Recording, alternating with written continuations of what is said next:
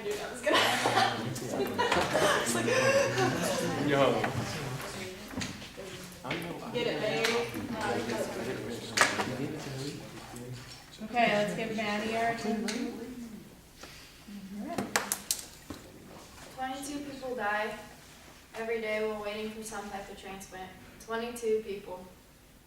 Patience is something that many of us lack, but we do not realize how lucky we actually are compared to those who are waiting on a list for an organ that they may never receive. With just one donor, 8 lives can be saved, and over 50 people's lives can be changed. Those lives could be someone you know, such as family or friends, or even just a stranger who's lucky enough to get your organ. The need for organ donations is constantly growing, and it's very simple to become an organ donor when you die. I want to share with you what I've learned through research about organ donation and why it is important to become one. There are 3 main things I want to talk about when dealing with becoming an organ donor and how it affects others. The amount of people who need organ transplants exceeds those that are willing to donate. Becoming an organ donor is simple and can save others' lives. And I want to share a story with you about Lisa Abbey, who is a survivor of a heart transplant that saved her life. Organ donation is the process of giving an organ or part of an organ for the purpose of transplantation into another person, as said by WebMD. Currently, there are nearly 124,000 men, women, and children waiting for organ transplants in the United States. 124,000 people. According to Donate Life America, livers, pancreas, kidneys, lungs, hearts, and intestinal organs are all in high demand by those on a waiting list. If you are deceased and no longer using our organs, why not give them to someone who could actually put them to use? Anyone can become an organ donor, although if you're under 18 years old, you need to have a parent's consent to be able to donate. Minority donor organs are in high demand because matching blood type is usually necessary for transplants, and it's easier to be done for people who are of the same ethnicity.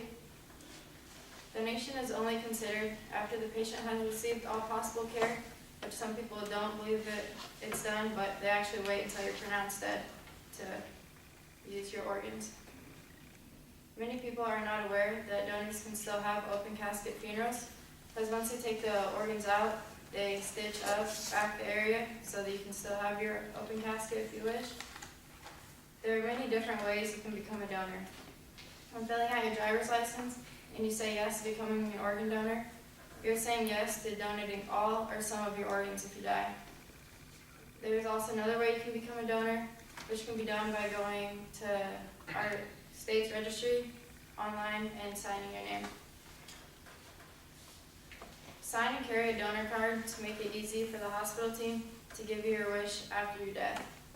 The most important thing to do is to tell others about wanting to be a donor after your death so that they know your wishes regarding donation.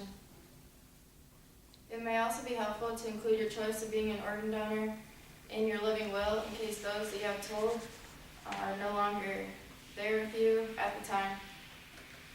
There are many stories about recipients of an organ donation, but how many times can you say you've heard a story about somebody who got a half-day pass out of the hospital to attend a wedding? That's exactly what happened to Lisa Abbey. As a child, Lisa was always told she had a heart murmur, and the doctors thought it would go away as she got older, but it never actually went away.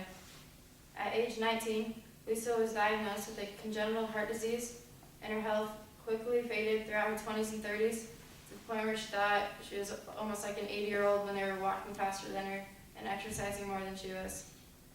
She was put through open heart surgeries, valve replacements, pacemakers, and implantable cardiovascular defibrillator surgeries before doctors told her that the only way to save her life was to get a heart transplant.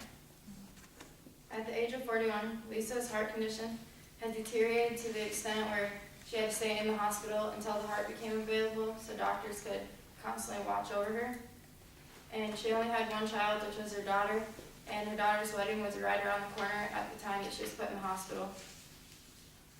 After many discussions of different options for the wedding, doctors granted Lisa permission to leave the hospital for 4 hours to attend the church ceremony alongside a registered nurse who was also a family friend in an intravasive tube that supplied the necessary medicine that she needed. Once returning to the hospital, Lisa had to wait 3 more weeks until she would finally receive her new heart. And Lisa will forever be grateful for the donor who saved her life and let her live on to see her grandchildren grow up and her daughter be happy. While sitting in just this class alone, 4 people will be added to the national waiting list to wait for an organ that they may or may not get. Throughout the speech, you have learned of 3 points to becoming an organ donor and its effects. The amount of people who need transplant is far greater than those who are willing to donate. Becoming an organ donor is simple and saves others' lives. Lisa Abbey's story was a touching story of a positive experience from an organ donor. The need for organ donations is constantly on the rise, and it is simple to become one. More than 6,500 people a year, which is about 21 a day, die before that organ that they need ever becomes available. 21 people a day die because their organ isn't available. What if one of those people was someone you loved?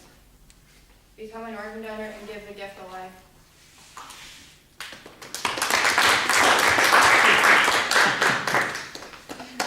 Five, 15,